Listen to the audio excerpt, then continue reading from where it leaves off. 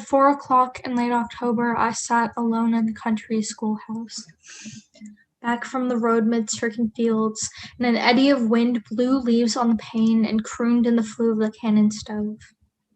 In an idle mood, I was running the planchette. All at once, my wrist grew limp, and my hand moved rapidly over the board till the name of Charles Guiteau was spelled, who threatened to materialize before me. I rose and fled from the room into the dusk, afraid of my gift, and after that, the spirits swarmed. Chaucer, Caesar, Poe and Marlowe, Cleopatra and Mrs. Surratt. Everywhere I went, your trifling twaddle, Spoon River agreed. You talk nonsense to children, don't you? And suppose I see what you never saw and never heard of and had no word for. I must talk nonsense when you ask me what it is I see. Almost the shell of the woman after the surgeon's knife, and almost a year to creep back into strength, till the dawn of our wedding decennial found me my seeming self again. We walked the forest together, by a path of soundless moss and turf, but I could not look in your eyes, and you could not look in mine, for such sorrow was ours, beginning of gray in your hair, and I but a shell of myself. And what did we talk of? Sky and water, anything most to hide our thoughts, and then your gift of wild roses, set on the table to grace our dinner.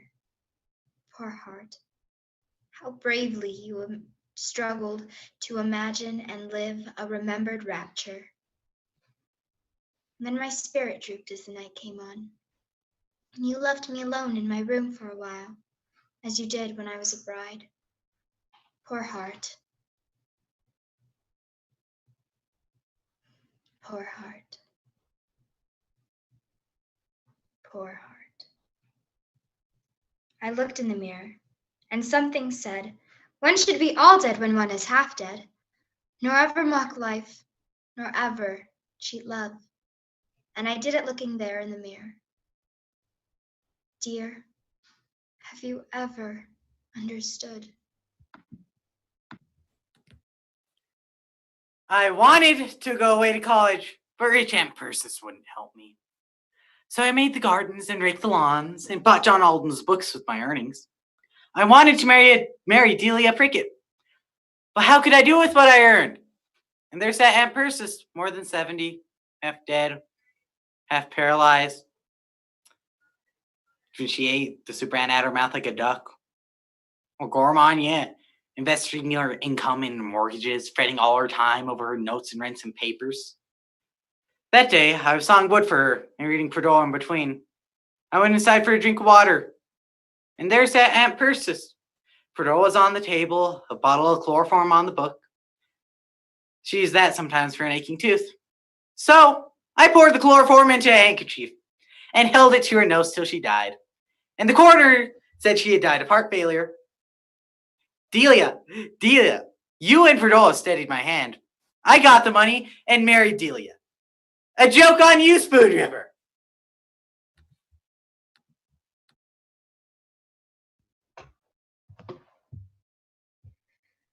Reverend Wiley advised me not to divorce him for the sake of the children, and Judge Somers had told him the same. So, we stuck to the end of the path. But you see, 2 of the children thought he was right, and 2 of the children thought I was right.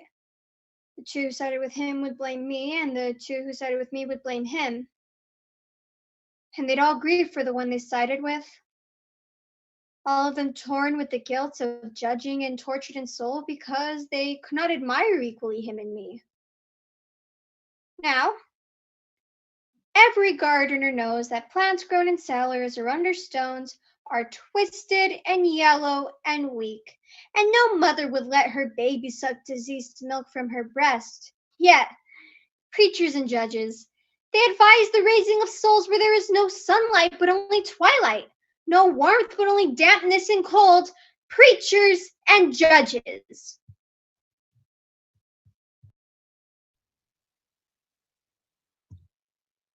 Ye young debaters over the doctrine of the soul's immortality, I who lie here was the village atheist, talkative, contentious, versed in the arguments of the infidels. But through a long sickness, coughing myself to death, I read the Upanishads and the poetry of Jesus, and they lighted a torch of hope and intuition that the shadow leading me swiftly through the caverns of darkness could not extinguish. Listen to me, ye who live in the senses and think through the senses only. Immortality is not a gift. Immortality is an achievement, and only those who strive mightily shall possess it. Your red blossoms amid green leaves are drooping, beautiful geranium. But you do not ask for water. You cannot speak.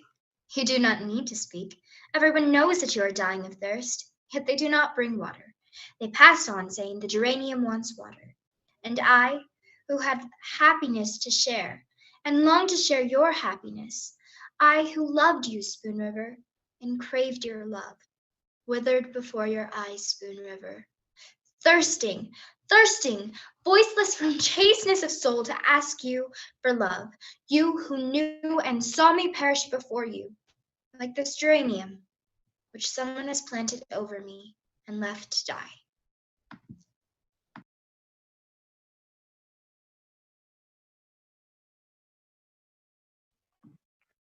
With our hearts like drifting suns, how do we walk?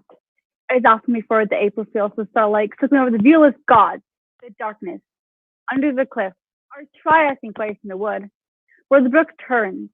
How do we pass from wooing, like notes of music that run together into winning, the inspired improvisation of love, but to put back as the canticle ended, the rapt enchantment of the flesh, which our souls swooned down, where time was not, nor space, nor ourselves, annihilated in love. The leaves leaves behind within with lamps, and standing with the secret mocking himself, hiding himself amid flowers and mandolins. And I stared out between salad and coffee, and see on trouble and feel myself, president, as one who signs a bond. Novel flaming of the gifts and pledges heaped, with rosy hands over his brow. And then, oh night, deliberate and lovely. With all our wooing, bottled up with the winning, and took me room known to hour, as known to all. Next day sat so listless, almost cold, so strangely changed, wondering why I wept, till I was sick of kind despair and voluptuous madness. These us make a pack of death, a stock of earth's fear, frail as starlight, waiting to be drawn to face and stream. Next time to giving birth, gaze where I fell in St. Francis, sometimes as they pass, for I and the little brother to mount clearly face to face. Through a circle further after run, and you may see the soil and make the cold rain fall. Only earth's fear, only heaven, no secret of the sea. Don't meet the stream again, give me a trial, save me, Shelley. I was among multitudes of children dancing at the foot of a mountain. A breeze blew out of the east and swept them as leaves, driving some up the slopes. All was changed. Here were flying lights and mystic moons and dream music. A cloud fell upon us. When it lifted, all was changed. I was now amid multitudes who were wrangling. Then a figure in shimmering gold, and one with a trumpet and one with a scepter stood before me. They mocked me and danced a rigadoon and vanished. All was changed again. Out of a bower of poppies, a woman bared her breasts and lifted her open mouth to mine, and I kissed her. The taste of her lips was like salt, and she left blood on my lips. I fell, exhausted. Then I arose and ascended higher, but a mist as from an iceberg clouded my steps.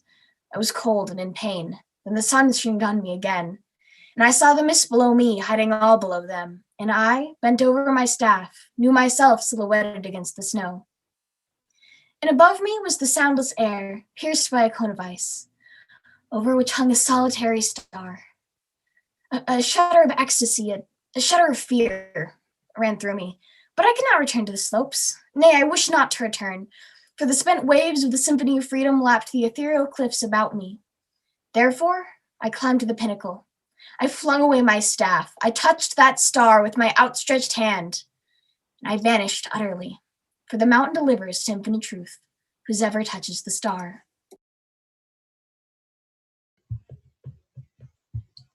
Henry got me, child, knowing full well that I could not bring forth life without losing my own. Therefore, in my youth, I'd entered the portals of dust.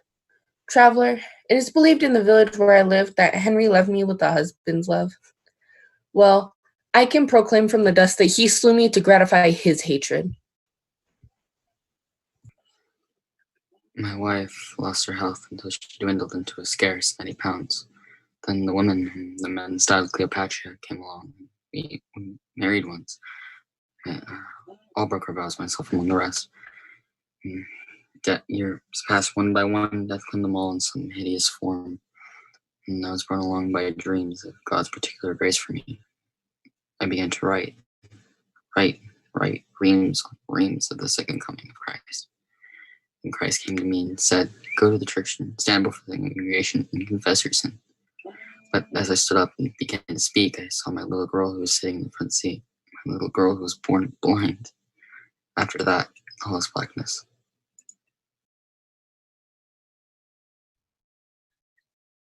We stand about this place, we the memories, and shade our eyes because we dread to read. June 17th, 1884. Aged 21 years and 3 days, and all things are changed.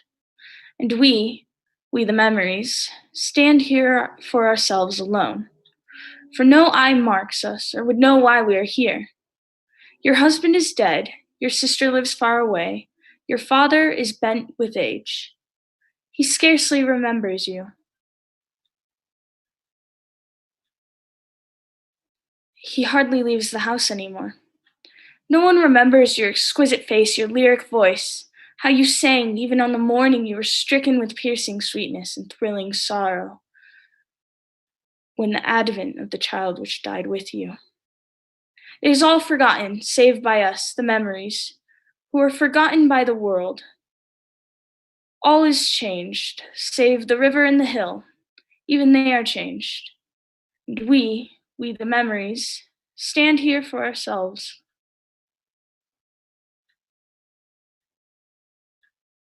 Only the burning sun and the quiet stars are the same. And we the memories, stand here in awe, our eyes closed with the weariness of tears, in immeasurable weariness. Here I lie, close to the grave of old Bill Pearsall, who grew rich trading with the Indians, and who afterwards took the bankrupt law and emerged from it richer than ever. Beholding how old Bill and others grew in wealth, I robbed a traveler one night near Proctor's Grove, killing him unwittingly while doing so, for which I was tried and hanged. That was my way of going into bankruptcy. Now we who took the bankrupt law in our respective ways sleep peacefully side by side.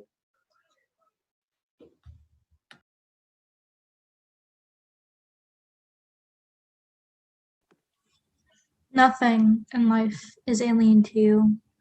I was a penniless girl from Summum who stepped off the morning train in Spoon River. All the houses stood before me with closed doors and drawn shades. I was barred out. I had no place or part in any of them, and I walked past the old McNeely mansion, a castle of stone mid walks and gardens, with workmen about the place on guard, and the county and state upholding it for its lordly owner, full of pride. I was so hungry I had a vision. I saw a giant pair of scissors dip from the sky like the beam of a dredge and cut the house in two like a curtain. But at the commercial, I saw a man who winked at me as I asked for work. It was Walsh McNeely's son. He proved the link in the chain of title to half my ownership of the mansion through a breach of promise suit. The scissors.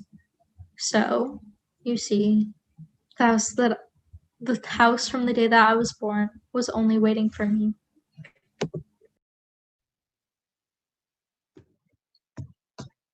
It was midnight, and the earth sparkled with new-fallen frost. It was midnight, and not a soul abroad. Out of the chimney of the courthouse, a greyhound of smoke leapt and chased the northwest wind. I carried a ladder to the landing of the stairs of the portico, and leaned against the frame of the trapdoor. I crawled under the roof and up into the rafters. and flung among the seasoned timbers a lighted handful of oil-soaked waste. Then I came down and slunk away. In a little while the fire bell rang, clang, clang, clang, and the Spoon River Ladder Company came with a dozen buckets and began to pour water on the glorious bonfire, growing hotter, higher, and brighter, until the walls fell in and the limestone columns where Lincoln stood crashed like trees when the woodman fells them. When I came back from Joliet, there was a new courthouse with a dome, for I was punished like all who destroy the past for the sake of the future.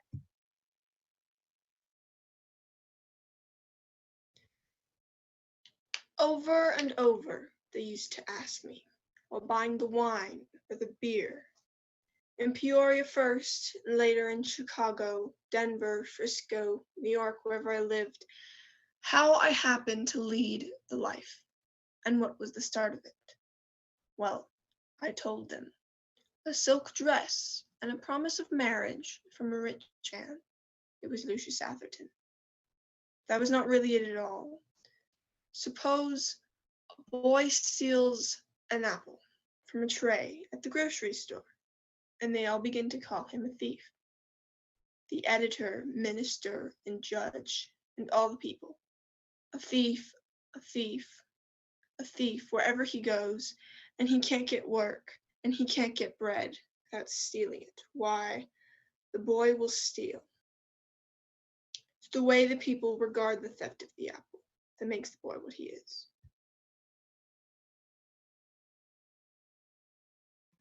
Did you ever hear of Editor Wedding giving to the public treasury any of the money he received for supporting candidates for office? Or for writing up the canning factory to get people to invest? Or for suppressing the facts about the bank when it was rotten and ready to break? Did you ever hear of the circuit judge helping anyone except for the Q Railroad or the bankers? Or did Reverend Pete or Reverend Sibley give any part of their salary by keeping still or speaking out as leaders wish them to do to the building of the waterworks?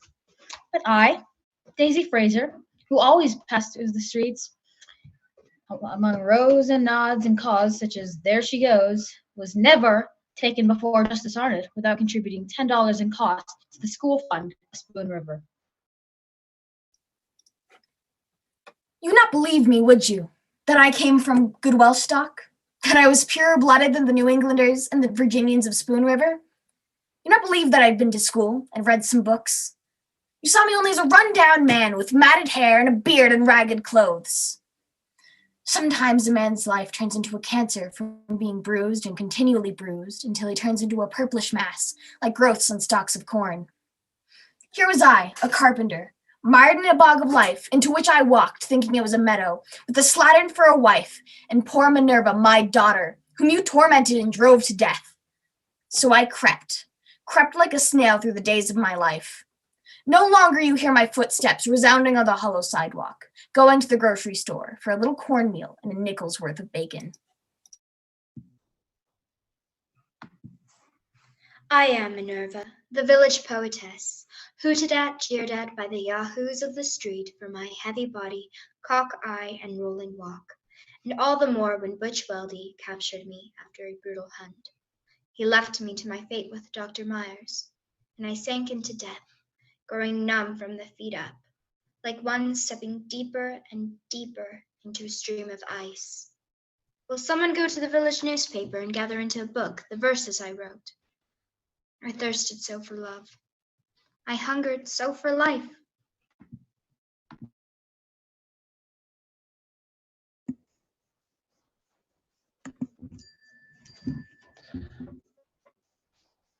No other man, unless it was Doc Myers, did more for the people in this town than I.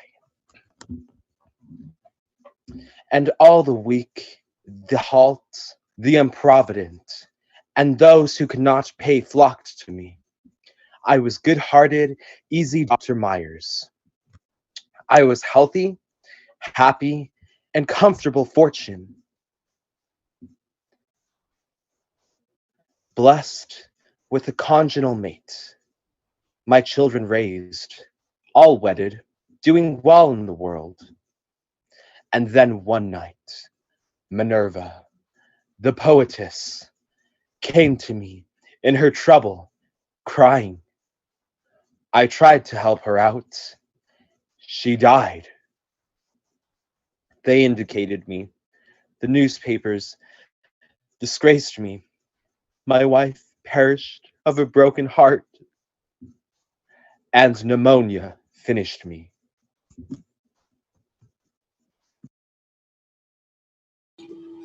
He protested all his life long.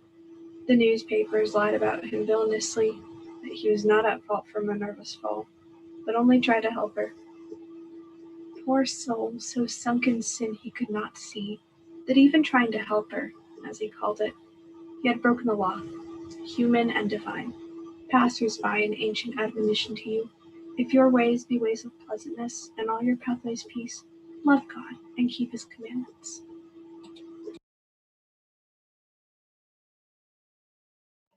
The secret of the stars, gravitation. The secret of the earth, layers of rock. The secret of the soil, to receive seed. The secret of the seed, the germ. The secret of man, the sower. The secret of woman, the soil. My secret, under a mound that you shall never find. Not character, not fortitude, not patience, were mine, the which the village thought I had. In bearing with my wife, while preaching on, doing the work God chose for me, I loathed her as a termagant, as a wanton. I knew of her adulteries, every one. But even so, if I divorced the woman, I must forsake the ministry. Therefore, to do God's work and have it crop, I bore with her. So I lied to myself. I lied to Spoon River. Yet I tried lecturing, ran for legislator, canvassed for books with just the thought in mind. If I make money thus, I will divorce her.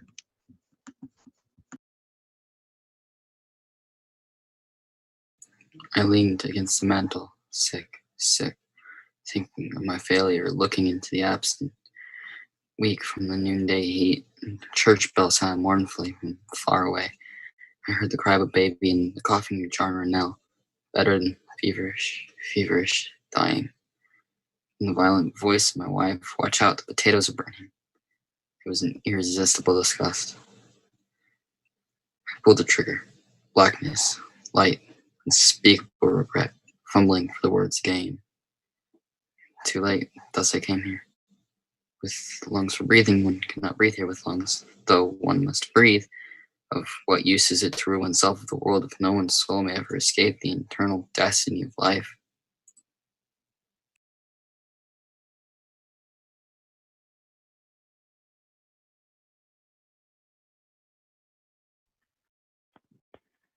From Brindle's Opera House to Broadway is a great step. I try to take it. My ambition fired. When 16 was the age, seeing East Wing played her in the village, far at the coming. Romantic actors when enthralled my soul. True, I told back home. A broken failure. Ralph disappeared in New York, leaving me alone in the city. But life broke him also. In the place of silence, there are no kind of spirits. I wish to stay, could stand amid these pathos of these quiet fields and read these words.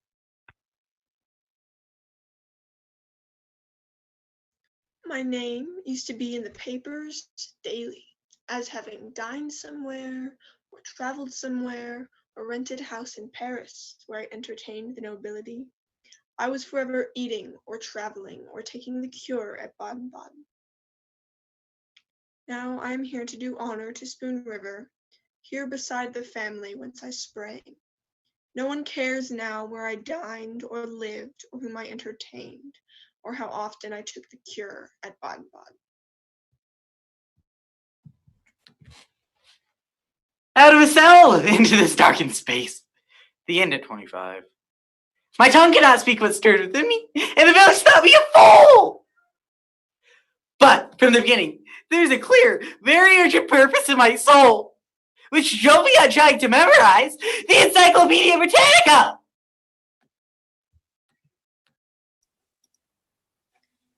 the excursion train to Peoria had just been wrecked, I might have escaped with my life.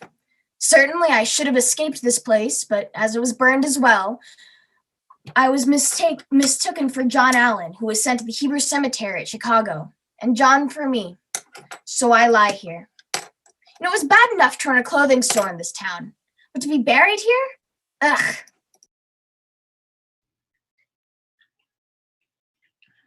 I went to the dances at Chandlerville and played Snap Out at Winchester.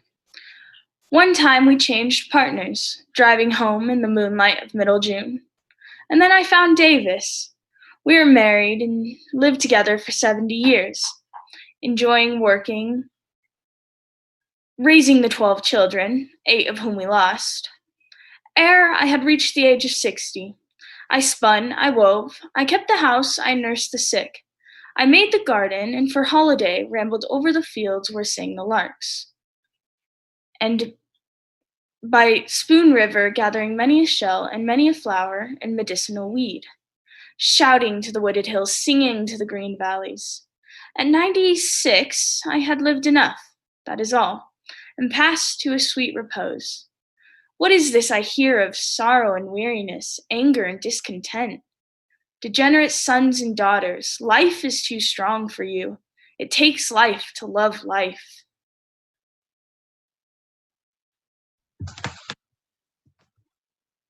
Seeds in a dry pod, tick, tick, tick, tick, tick, tick.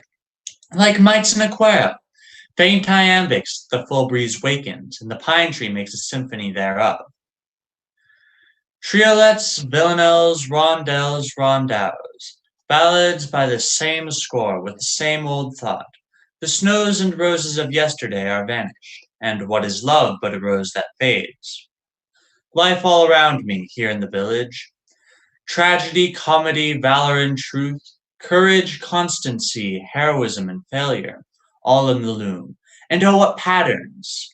Woodlands, meadows, streams and rivers. Blind to all of it all my life long. Seeds in a dry pod, tick, tick, tick, tick, tick, tick. What little iambics, while Homer and Whitman roared in the pines?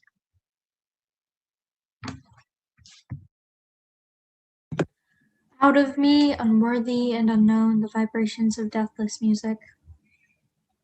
With malice, words none, with charity for all. Out of me, the forgiveness of millions towards millions, and the beneficent face of a nation shining with justice and truth. I am Anne Rutledge, who sleep beneath these weeds, beloved in life of Abraham Lincoln, wedded to him, not through union, but through separation. Bloom forever, O Republic, from the dust of my bosom.